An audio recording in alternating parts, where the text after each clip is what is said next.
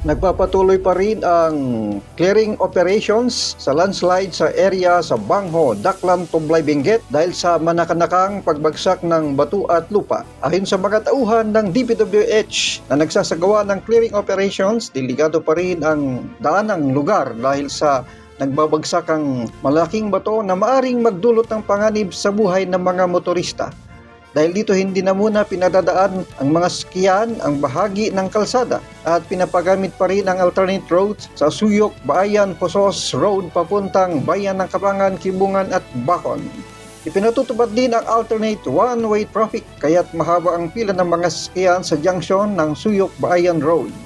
Inaabot ng 1 oras bago makadaan sa nasabing kalsada ang mga motorista. Para naman maibsan ang mga pagkainip ng mga motorista at mga pasahero, may libreng kape at tinapay sa lugar para sa mga gustong mag-relax muna. Mamalaging light vehicles lamang ang pinadadaan sa alternate road at hanggang 3 tons ang limit. Samantala, pinadaanan naman ang mga pedestrian sa Rocknet area. Subalit sinisiguro munang walang bumabagsak na mga bato bago sila payagang maglakad sa nasabing kalsada. Mula dito sa Bangho, Daklan, Tublay, ako si Lito Tumita para sa Mata ng Agila, Northern Luzon.